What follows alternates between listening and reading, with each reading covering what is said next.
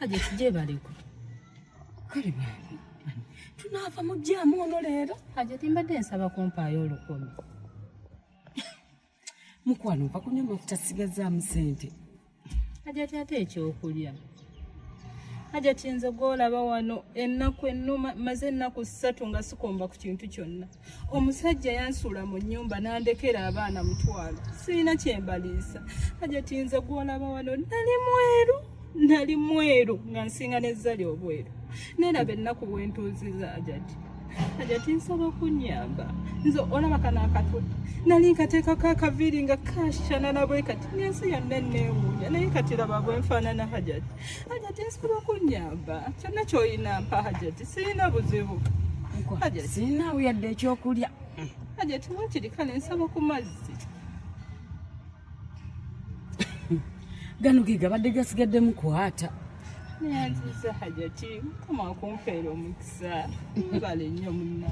Kale nange. Naye kakati Hajati gw'okola mulimu ki? Nze mukwano ntunda ttaka.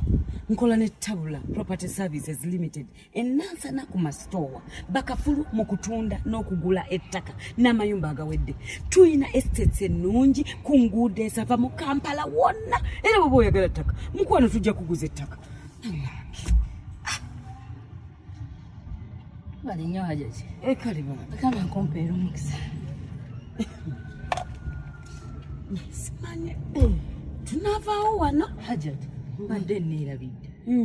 Kimanyi nti no tulina kampani ewola ssente.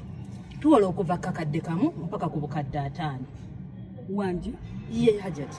Kati Hajati, siraba nsonga lwaki bizinensi yeeba eziŋŋama nga ffe tuwola ssente n'otava mu mbeera eyo. Jangu twewoleko ove mu yembeera ey'okubanga bizinensi eziŋŋama weeraliikirira pressure zikkuba zinatera kusuula mu mmotoka. Hajati. Maama nnya. Muwola ssente gwe n'otuka okubanga omaze ennaku 3 nga tolya. Nga wenna osiiwuuse bw'otyo. Awo oli osobola okumpola obukadde 5.